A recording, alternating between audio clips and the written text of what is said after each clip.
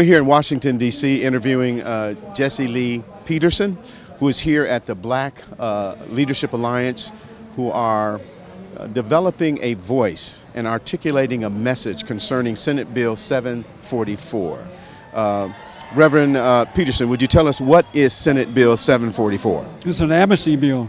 To break it down, the gain of 8 is supporting this, both Democrats and Republicans. And the last thing that we need in our country now is more amnesty, no more amnesty. This will devastate the black community. It's going to hurt the country at large, but it's going to devastate the black community. Black Americans are 13% of the population. Right now, between 13 and 14% unemployed.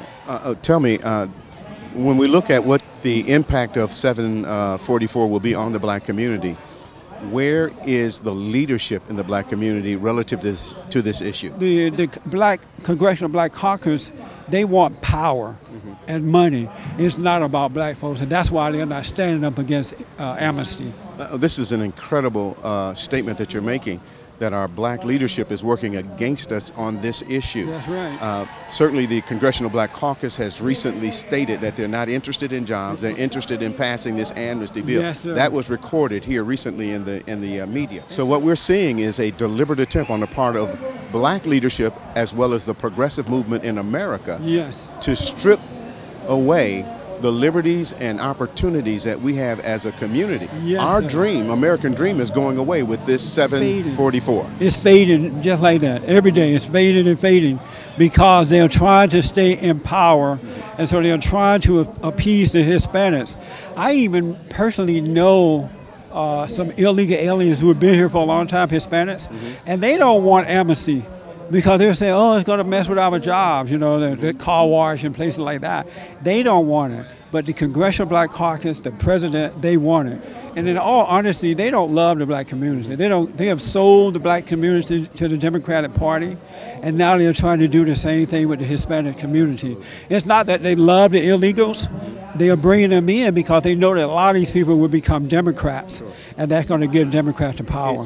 It's political expediency. Without a doubt. It's political all the way.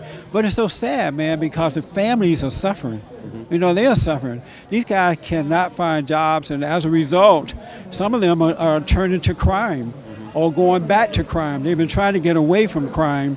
But if they can't find work, and I don't encourage crime, but if they can't find work, what are they to do? Right. You know, after a while, you got to do something to take care of your family. It's really a malicious impact on the black community, and what we're perhaps looking at is a deliberate attempt to put them on the government dole. Yes, sir. It's to put them on the government, because you hook them to the government, then you can control them.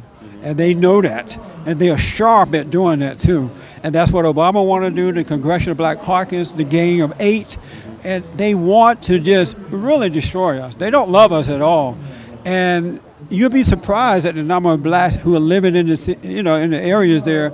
They're not aware of this. What do you think should be done at this time to get this kind of information into the black community? We seem to be isolated from the truth of what's going on. We got to do what we're doing here today. Bring Americans together based on what we agree on. We're not going to always agree on everything, but we agree that no more amnesty. We need to come together as we're doing here with this rally today to stop amnesty. But we also need to hold town hall meetings in the inner cities. We really do, with the folks, and give them an opportunity to express themselves, to ask questions, to yell, because they've been so brainwashed. And if they could get a chance, and I've seen it happen because we hold town hall meetings at Bond like this, and let them get it off their chest, and then we answer their questions, and that's when they start to understand. And once they start to understand, then they start to take action themselves. We need some understanding. It's a motivation to action and activity. Thank you, Reverend Peterson, for being with us. You've been right here in Washington, D.C., interviewing Reverend Jesse Lee Peterson, an outstanding spokesman for the black community.